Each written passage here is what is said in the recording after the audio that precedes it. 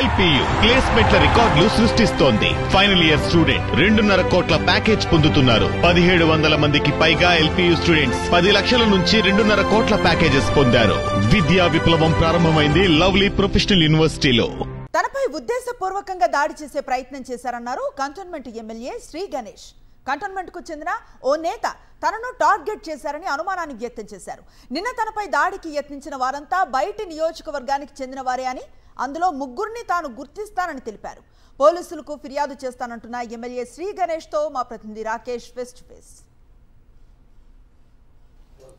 నిన్న రాత్రి వేళలో కంటోన్మెంట్ ఎమ్మెల్యే శ్రీ గణేష్ పై దాడి జరిగే ప్రయత్నం జరిగింది. ఈ అంశంపైన ప్రస్తుతం రాజకీయ వర్గాలు ఒక చర్చగా మారింది. ఎందుకంటే గత కొన్ని రోజుల్లో కూడా రాజకీయ నేతలపై దాడులు జరుగుతున్న నేపథ్యంలో అధికార పార్టీ ఎమ్మెల్యే కావడం కూడా కొంత ఇష్యూగా మారిందని కూడా చెప్పుకోవచ్చు. అసలు దాడి గల కారణాలు ఏంటి, అంతకుముందు ఉన్న పరిస్థితులు ఏంటి అనే విషయాన్ని కూడా ఆయన అడిగి తెలుసుకుందాం. చెప్పండి, నిన్న దాడికి సంబంధించి అంటే ఏ సందర్భంలో మీరు ఆర్టీసీ ఎక్స్ రోడ్ వెళ్ళారు, అక్కడ జరిగిన పరిస్థితి ఏంటి?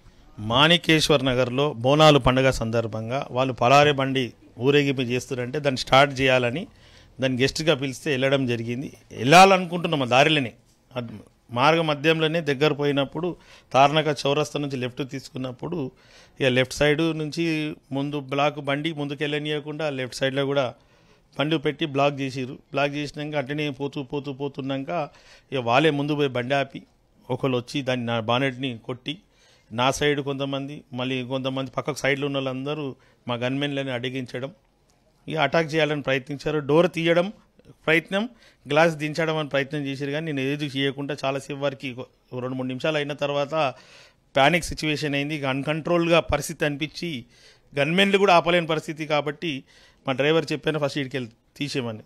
ఆయన తీసేసి ఇది ఇమీడియట్గా 100 డైల్ చేసినాం. మళ్ళీ ఎంతోమంది దూరం మనకు తెలియదు కాబట్టి ఎక్కడెక్కడ దూరం కాబట్టి 100 డైల్ చేసినాక 100 పోలేదు. పక్కనే పోయి పోలీస్ స్టేషన్ ఉంటే పోలీస్ స్టేషన్ వెళ్ళి కంప్లైంట్ ఇవ్వడం జరిగింది. కొంత అన్నకు థ్రెట్ ఉన్నది, మాకు కూడా కొంత ఆందోళన ఉందనే అంశాన్ని వాళ్ళు ప్రస్తావించారు. ఎందుకు సంబంధించి ఎందుకు థ్రెట్ ఉంది మీకు? థ్రెట్ అంటే ఇప్పుడు మా దగ్గర మోండా డివిజన్ ఉంది. ఆ మోండా డివిజన్లో ఒక 2-3 ఆస్పిరెంట్ ఉండు. అంతకుముందు ఒక అతను ఏ గవర్నమెంట్ ఉంటే ఆ గవర్నమెంట్ ఉండే వ్యక్తి ఇప్పుడు మా గవర్నమెంట్ వచ్చినాక మా పార్టీలో జాయిన్ అయినాక ఇక ఆయన వాళ్ళని తిప్పొద్దు వీళ్ళని తిప్పొద్దు అని బెదిరించడం, ఆ ల్యాండ్ అని ఈ ల్యాండ్ అని ఇది అదని చెప్పడం. దాని తర్వాత మొన్న బోనాలు పండుగ అవుతున్నప్పుడు వాళ్ళది లైటింగ్ని కూడా వేయకుండా పోలీస్ డిపార్ట్మెంట్ ఆపితే నేనే ఆపినా అని వారు దురాలోచన. దాని తర్వాత మా కొంతమంది పిల్లలని కూడా బెదిరించడం. దాని తర్వాత నన్ను అంతు చూస్తా అది ఇది అని చెప్తే ఫ్రైడే నాడు డీసీపీ మేడం కూడా పోయి నేను ఓవరాల్గా చెప్పేసి రావడం అయింది. దాడికి సంబంధించిన వాళ్ళు ఎవరైనా గుర్తుపట్టగలుగుతారా? 100% ముగ్గురిని అయితే గుర్తుపడతా. ముగ్గురిని గుర్తుపట్ట, ఎక్కువ అందరిని గుర్తుపట్ట, ముగ్గురిని గుర్తుపడతా. వాళ్ళు ఏంటంటే ఆ ఇన్సిడెంట్ ఈయన కాన్సెన్సీ వల్ల వాళ్ళు బయట వాళ్ళే అందరూ అరౌండ్ 30 years ఏజ్ వాళ్ళే బయట వాళ్ళే.